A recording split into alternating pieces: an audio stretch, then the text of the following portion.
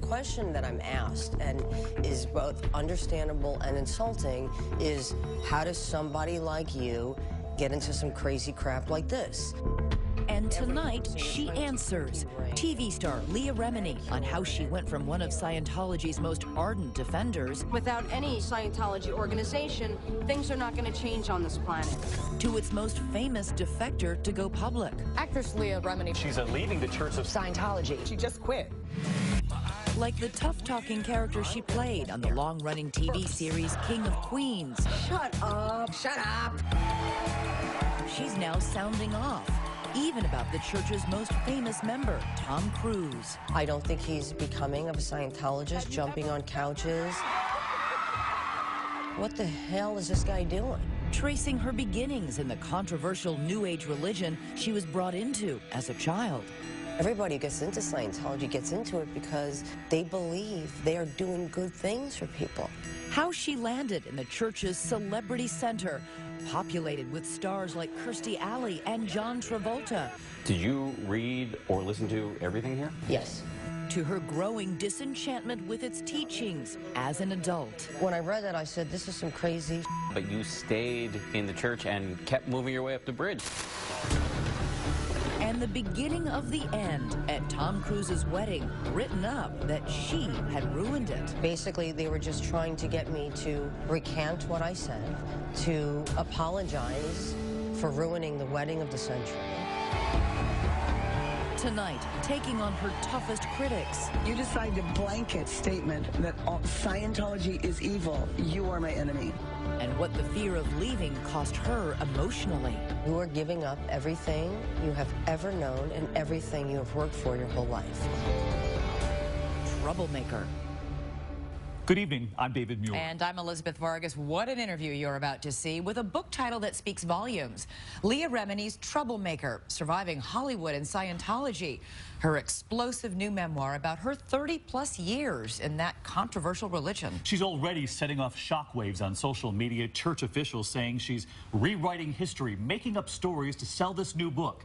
Tonight, what very few people outside the church ever get to see. Here's Dan Harris with the one-on-one. At 2:30 this past Tuesday afternoon, members of the Church of Scientology arrived in the lobby here at ABC News, hand-delivering this package containing all kinds of damning statements about Leah Remini. But it may surprise you that Leah is already making many of those same statements in her new book.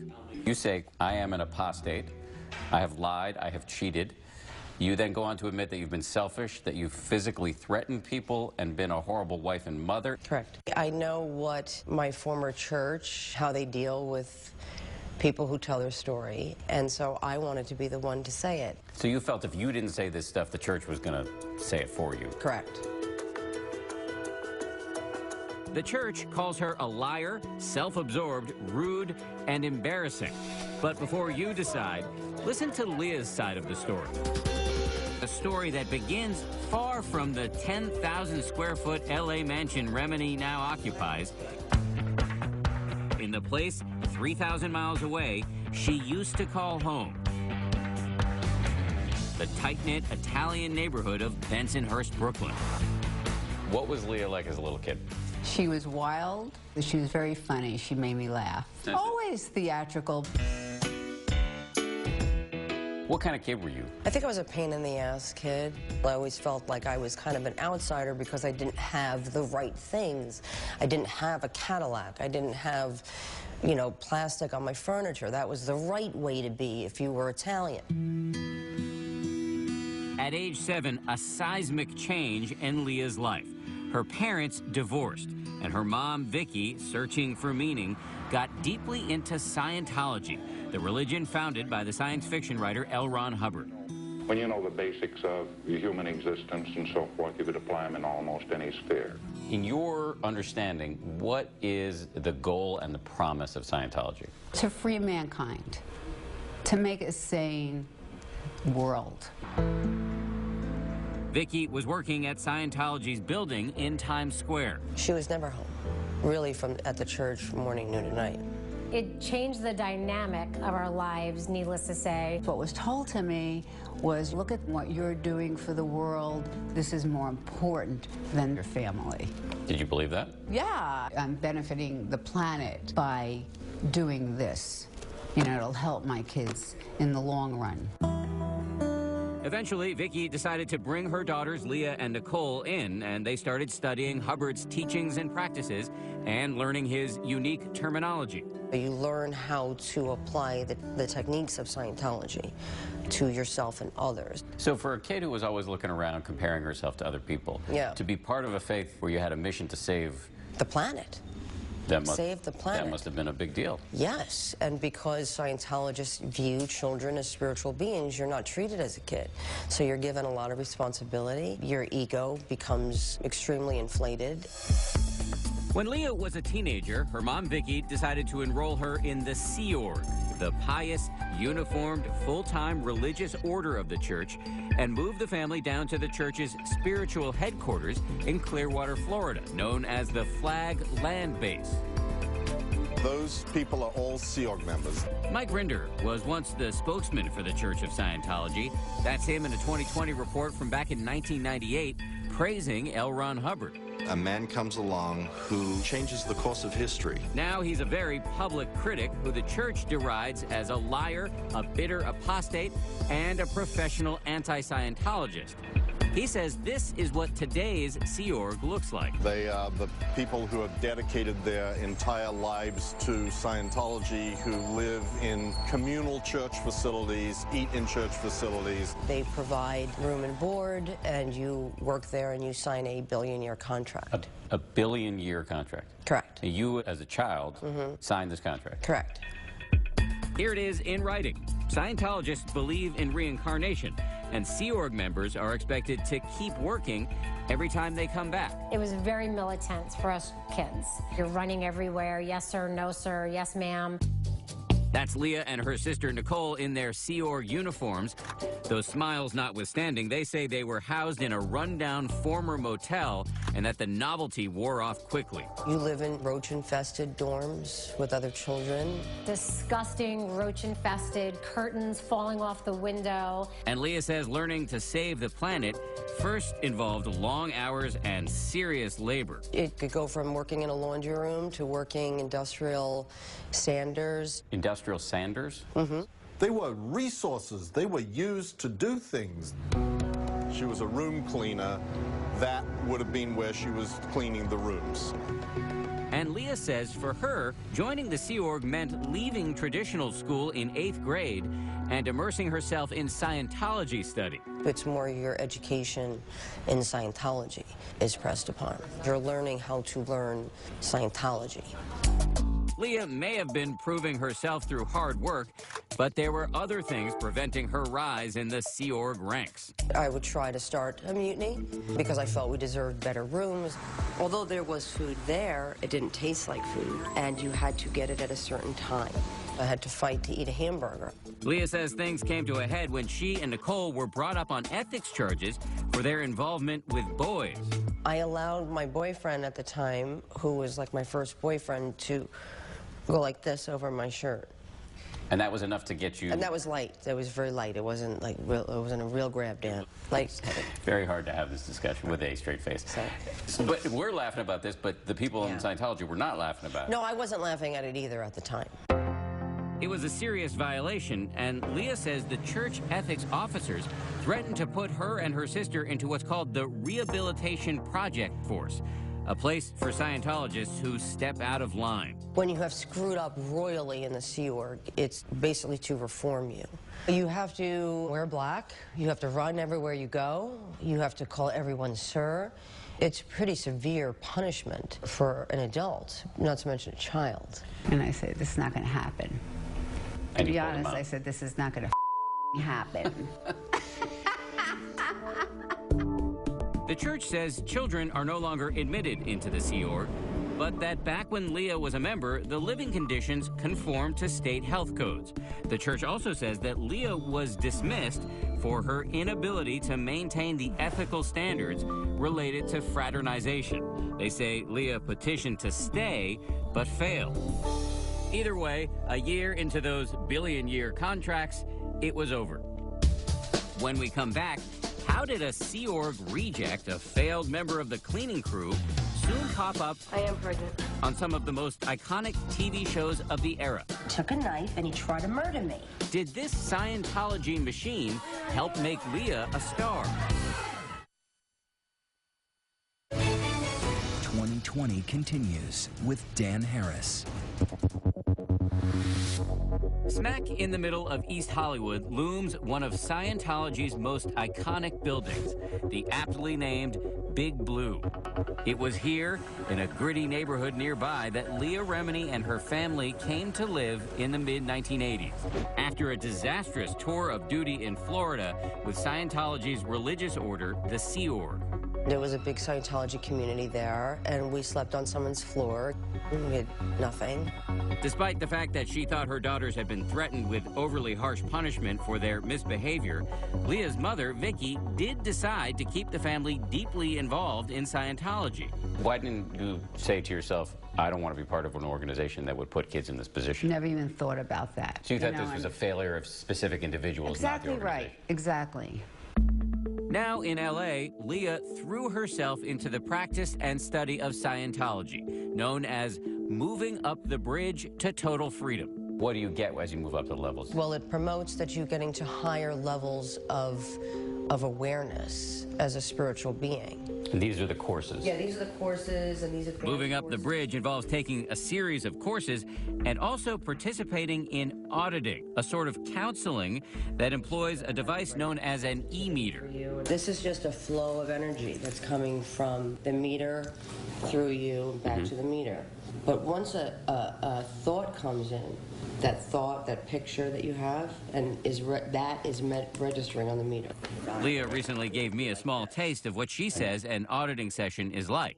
You'd be asking me questions. I would ask you questions, and based on what's happening here, would I let you get away with it or not? You see what I'm saying? Through the questions, the answers, and the readings on the needles, the process promises to release your negative emotions. So this is a way for me to get rid of trauma that's dogging me psychologically. Right. Back in the mid-1980s, Leah says she was going through these types of sessions almost daily, which meant she had to earn money because moving up the bridge is not free. So you have to pay for these classes? Damn it. Are you with me right now? How much do they cost? Thousands and thousands, hundreds of thousands of dollars throughout your Scientology career. It's at this point that Leah decides to pursue a new and more lucrative career than the waitressing and secretarial gigs she'd been holding down: acting. She felt she had a propensity for comedy, which we saw firsthand in our interview. Look at me, I'm Dan, I'm very serious. Look at me. As she began the process of auditioning, she says her experience in Scientology played an important role. How helpful was Scientology in terms of getting your acting career started? There's tools that are very, very helpful to you in your life, to you as an actor. You're referring to clear communication, doggedness, persistence. That's what you draw upon. Correct. So I walked into a room where some people might feel, cower in front of a casting director. I wasn't, so... But it didn't come that easily. So when did you get your first big role? How long did that take? Well, an excruciating year. I mean, for most, that's like so crazy. I mean, but for me, it was like, how long does this take, Which was what? Living Dolls.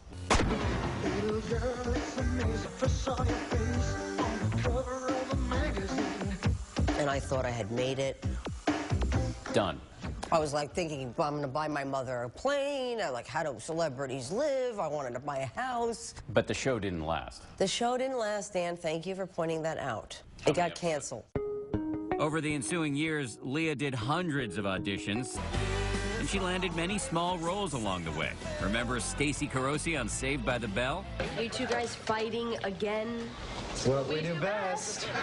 She also got guest roles on huge shows like Cheers. You're pregnant. Carla, that is a rude and unfair thing to say. I am pregnant. And NYPD Blue. What led up to him stabbing you? Okay, see, what led up to it was we had a fight. He took a knife and he tried to murder me. She also scored some leading roles in a few sitcoms like Fired Up And the church was taking notice. Here, Leah is featured on the cover of Scientology's official celebrity magazine. Meanwhile, during this time, a major off-screen development. Leah met the love of her life, a man named Angelo Pagan, who she dubbed the Cuban Frank Sinatra. He just walked in and started singing. And he just caught my attention. I was on stage, and she caught my eye. I was like, oh my God, I can't wait till my set is over. Angelo fell so hard for Leah that he not only left his wife, but also dove headlong into Scientology. Had she been into Kabbalah or a Buddhist, I would have done anything. Muslim, hey, give me the Quran, let's go. Baby, if it's working for you, I'm in. Through Angelo, Leah made some A-list friends, Jennifer Lopez and her then husband, Mark Anthony. And shortly thereafter, Leah got the call that would change her career, an offer to audition for a new show called The King of Queens. Please try being nice to Marie. I am trying. If I weren't trying, she would have a fork sticking out of her neck. The role of Carrie Heffernan, the tough-talking, wisecracking wife of Kevin James's everyman Doug. Shut up! Shut up! Turned out to be a sitcom match made in heaven. After years of struggling, the self-described troublemaker from Bensonhurst had finally made it. She had a genuine hit on her hands. We'd be walking down the street and people would stare at her and they go, Leah, Leah. You know, it was like, oh my God, people love her. Coming up, Leah's about to learn what life is like for celebrity Scientologists as she comes into the orbit of Tom Cruise. What the hell is this guy doing? He just needs to be an actor. Like, he needs to, okay? And how it all started to go wrong at the Tom Cruise, Katie Holmes wedding. Stay with us. We return to 2020 and more of Leah Remini. I'm gonna get there first. After years of struggle, Leah Remini had finally become a bona fide celebrity, a star on the hit show, The King of Queens. The new role gave her a new identity, fame, money, and increased prominence in the church that had dominated her life since age 8. Why is the church so focused on celebrities? Because this is how you are promoting your religion. Celebrities are treated very differently depending upon how prominent they are. The Leah Reminis and the Kirstie Alley and the John Travolta and then ultimately to the Tom Cruise, it's a very different Scientology world. In fact, famous Scientologists have their own building in L.A., not Big Blue, but this elegant chateau, the Celebrity Center. Celebrity Center is my second home, and there's not a person here that I can't go to when I'm having a problem in my life or I'm... Leah was now appearing in Scientology videos, and she says, rubbing shoulders with this man. How much must one do to call themselves a Scientologist? The powerful head of the church, David Miscavige.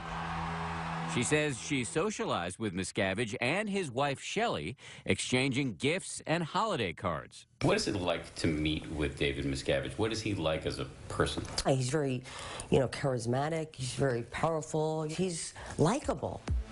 Life was moving quickly for Leah. She and Angelo got married, a ceremony captured by VH1. I'm finally certain that you're not marrying me for my money. She landed a role in the hit movie Old School. Hey, Frank. Looks like it's a little cold out there, huh? And then the couple had a baby girl. Although Leah admits that in the delivery room, she deviated from L. Ron Hubbard's expressed preference for drug-free births. I was going to attempt to do it, for my church, but, when you start feeling a baby coming out of your vagina, if there was a rock, I would have hit myself over the head with it. So I got that epidural as quickly as possible. That same year, Leah says she made an important new friend through the church, the world's most famous Scientologist, Tom Cruise, who declined to comment for this report. I think it's a privilege to call yourself a Scientologist, and it's something that you have to earn.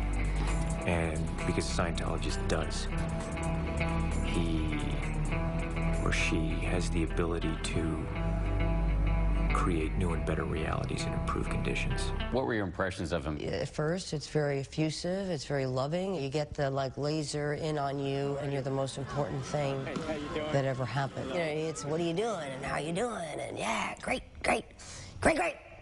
Leah says her exposure to Cruz, this is them hugging at a movie premiere, opened her eyes to his vast influence within the church.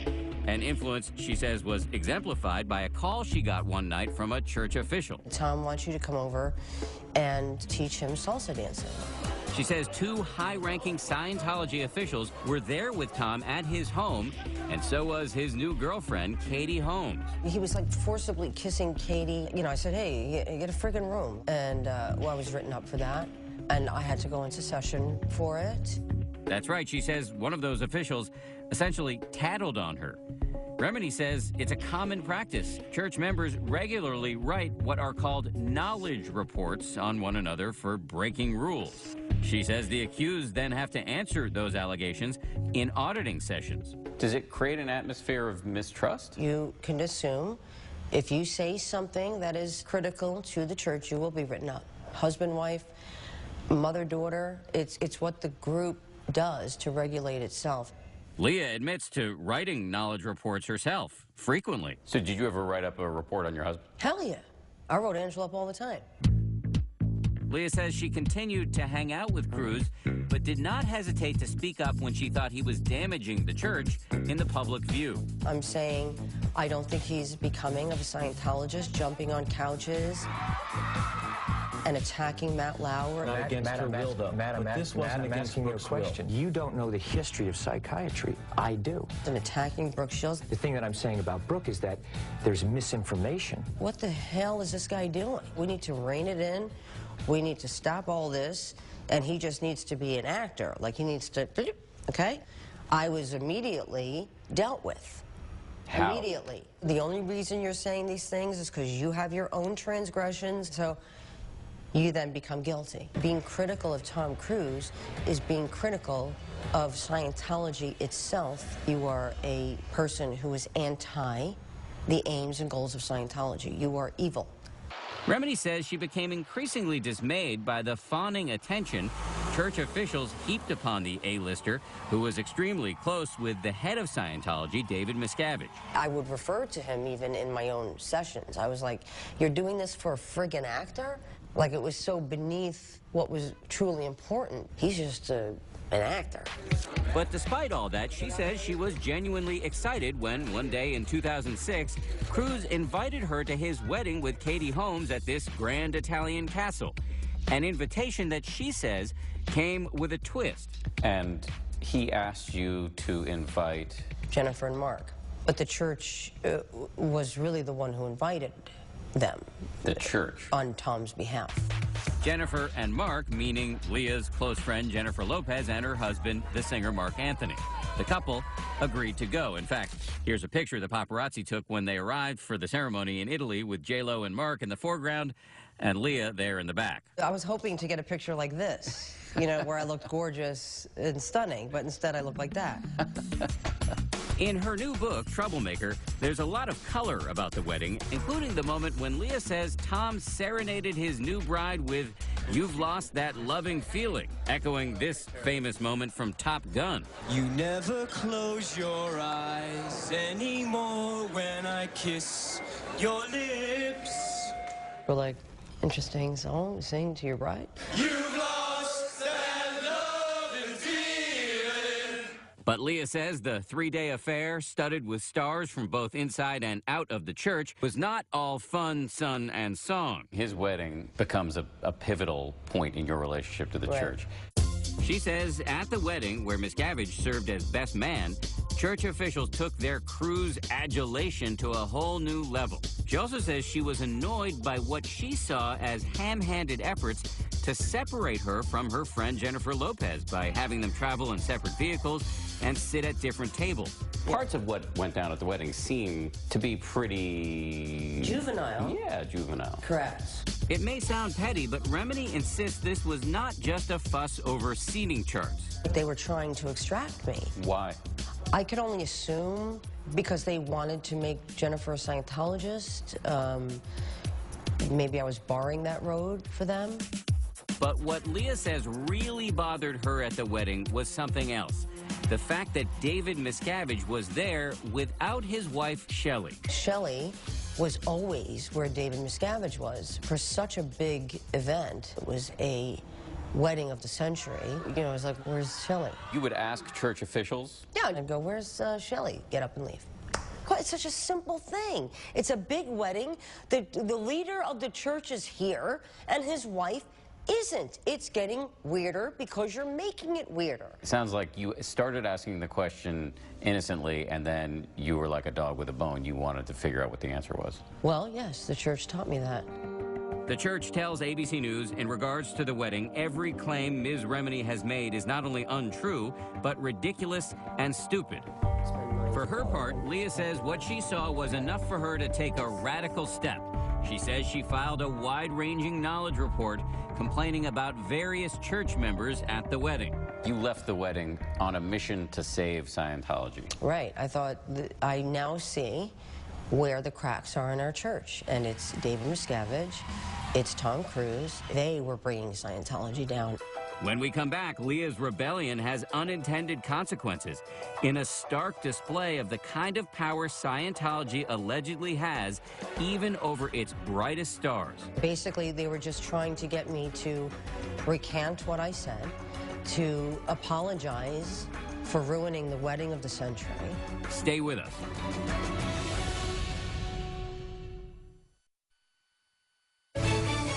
"2020 continues. Welcome to the Mecca of Scientology. 2006, at Scientology's Flag land base in Clearwater, Florida, a city where the church has continually expanded its footprint. Here in this place where, as a teenager, Leah Remini had been a rebellious and ultimately failed member of Scientology's religious order, the Sea Org, she had now come full circle. I was sent to Florida for reprogramming for 3 or 4 months. Even though she was now TV royalty, she was in hot water with the faith yet again. From 9 in the morning till 10 at night. That is the hours that I kept while doing this, filled with some kind of reprimand for my horrible behavior. Leah had left the wedding of Tom Cruise and Katie Holmes in Italy on what she calls a mission to save Scientology, writing a so-called knowledge report complaining about high-ranking officials. But to her dismay, she says she learned that numerous Scientologists had filed reports on her for being loud, late, and rude, upgrading her hotel room, and switching seats at the reception. You were confronted with all of these knowledge reports written by other people at the wedding saying that you had behaved poorly. Correct. That I had disrupted the wedding, that I basically destroyed the wedding. Leah showed us this document, which she claims to be a knowledge report from Katie Holmes herself. Can you read me some key lines? Sure. It starts with, I was dismayed at the behavior of Leah Remini during the events leading up to our wedding and our wedding. The behavior as a guest, a friend, was very upsetting. Leah says she had crossed 2 pillars of Scientology, Tom Cruise and the chairman of the board, David Miscavige. And here in Clearwater, she was being taken to task. Basically, they were just trying to get me to recant what I said, to apologize for ruining the wedding of the century. Why didn't you just leave? I wasn't ready to leave the church. You are giving up everything you have ever known and everything you have worked for your whole life. And so, yes, I said everything they needed me to say. And once I did that, I was free to go home. By all appearances, Leah resumed her life as an active Scientologist. There you are. What are you doing? She continued taking church courses and doing her auditing sessions while the King of Queens ended its 9-year run in the spring of 2007. That fall, Leah says she wrote this letter to David Miscavige, apologizing for acting like a complete idiot at the wedding and saying, "I admire you for all you have done." But in her mind, she says, the seeds of doubt had been growing, not just about the organization, but also about its cosmic theology. One example, back in 2003, when she says she reached a key level of Scientology's bridge to total freedom, operating Satan 3, a point at which she says key church secrets about the history of the universe are revealed. In this document, written by church founder L. Ron Hubbard, he tells a story about an intergalactic warlord named Xenu. Who's Xenu? There was some galactic confederation. There was a war, and there was a volcano, and they bodied. They took the spirits of people, and they encased them into something, into a volcano, blew them up, and then those spirits are now inside of you, on you, in you. Like you are made up of these things. When you read that, did you think this is true? When I read that, I said, this is some crazy. So you thought it was crazy and you're laughing about it now, but you stayed in the church and kept moving your way up the bridge. So right. Again, not ready to walk away. I've worked this hard to get there. But that wasn't enough to convince you that maybe something was... So what am I doing? I'm leaving? I'm walking away from my mother? I'm leaving my mother? I'm never talking to my mother again? The church would not talk about its advanced scriptures, but told ABC News that it is not unusual for a religion to have confidential scriptures and practices. While Leah struggled privately with her faith, she continued a cordial relationship with Tom Cruise, exchanging friendly notes like these in which Cruise thanks her for being such a great Scientologist. Leah did a short-lived stint on the CBS show The Talk. I hate hearing people's dreams. I hate it. Where she was dropped, she says, because she clashed with some of her co-hosts, a point the church highlighted in a statement to ABC News, saying Leah has a habit of blaming anyone and everyone for her problems and is constantly picking fights. But in 2012, another major inflection point in Leah's relationship with Scientology. Katie Holmes, who she says had written one of those knowledge reports against her, publicly left Tom Cruise. Leah says she felt vindicated. Yeah, I said, where's my apology? Well, here's one. Just this week, Katie Holmes wrote to ABC News. She neither confirmed nor denied writing that knowledge report, but said, I regret having upset Leah in the past and wish her only the best in the future.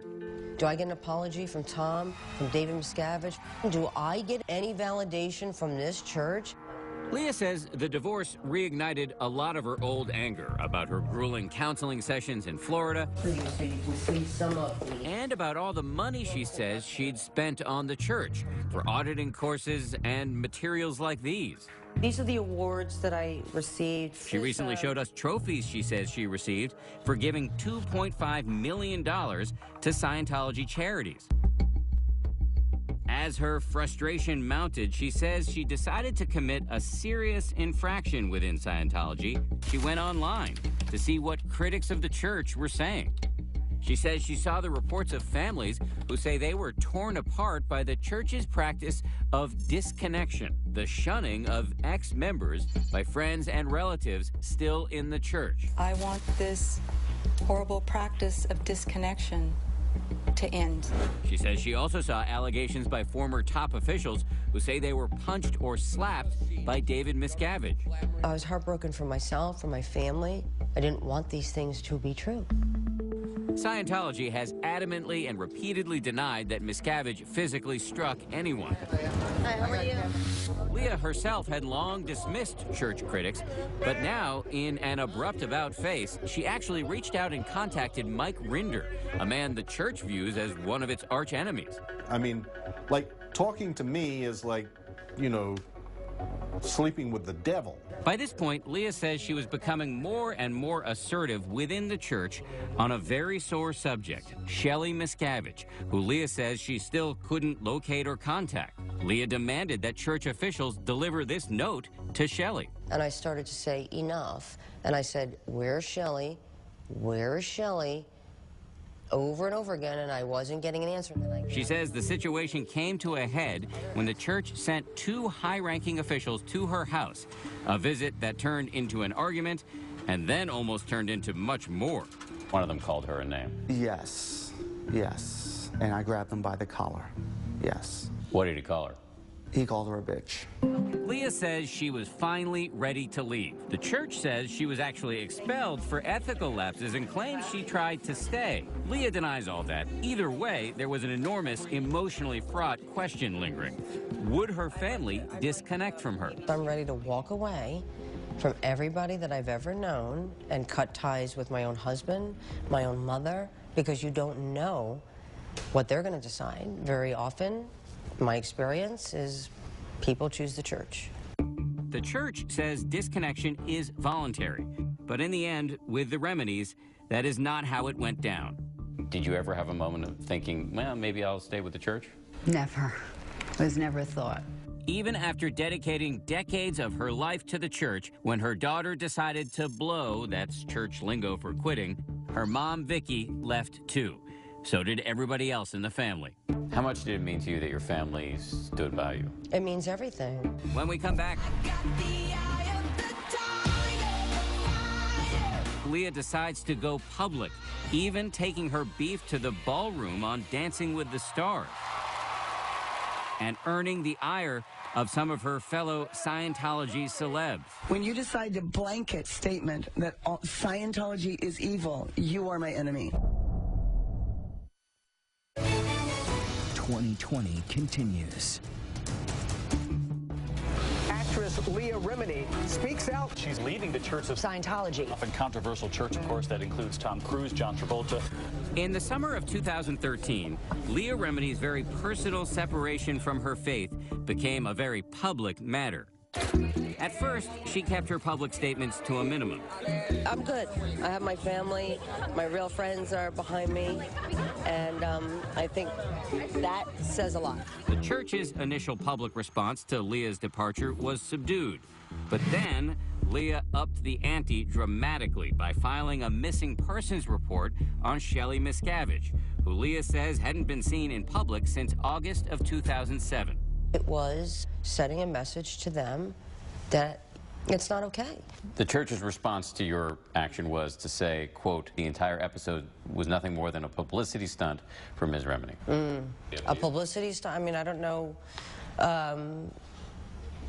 Marking myself for whatever the church usually does to people who leave the church or speak out publicly is not a walk in the park. It's not fun. The LAPD said, told us after we covered the story, quote, our missing persons detectives have met with the alleged missing person. Within the past 2 days, we consider the case closed. They never told me that. The open warfare escalated when Leah went on the ABC program Dancing with the Stars. The church is looking for me to fail so they can say to their parishioners, you see what happens when you leave the church, like they're waiting for me to fail. She says she chose the song Roar by Katy Perry to send a message. But celebrity Scientologist Kirstie Alley had a message of her own.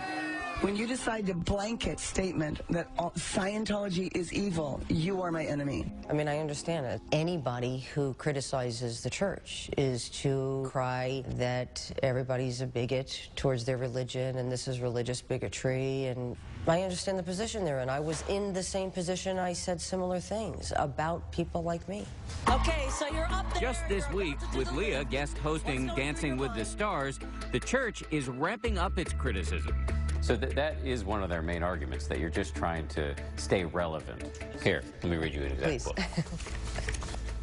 Given Leah Remini's insatiable desire for attention, it comes as no surprise that for 2 years she has been incapable of moving on with her life and remains obsessed with shamelessly exploiting her former religion in a pathetic attempt to get publicity. Yes, I agree with them. I wish I, too, could get over 30 years of this quickly. Unfortunately, it's going to take some time.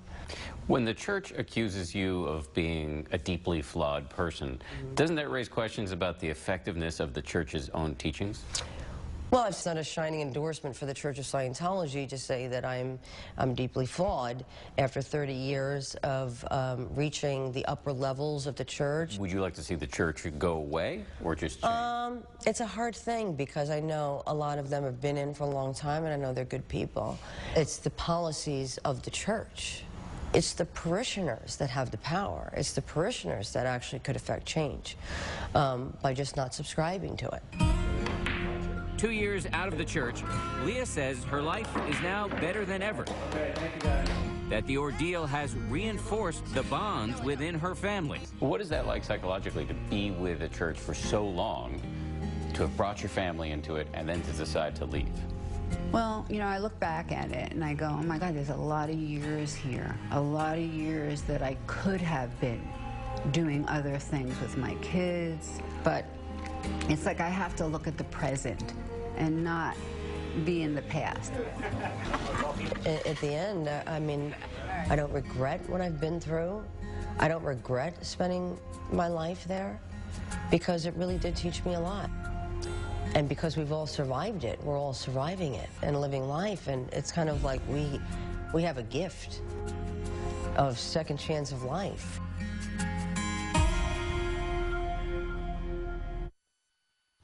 And Scientology giving us this final comment, quote, "We are very happy that Ms. Remini is no longer in the church." Her book, by the way, Troublemaker, goes on sale next Tuesday. You can learn much more about it tonight on Nightline. I'm David Muir. And I'm Elizabeth Vargas. You will no doubt have a lot to say about tonight's program, so let us know on Facebook and Twitter. Use the hashtag ABC2020. And you can see more of Leah Remini herself Monday morning on GMA. In the meantime, have a safe and happy Halloween this weekend. From all of us, good night.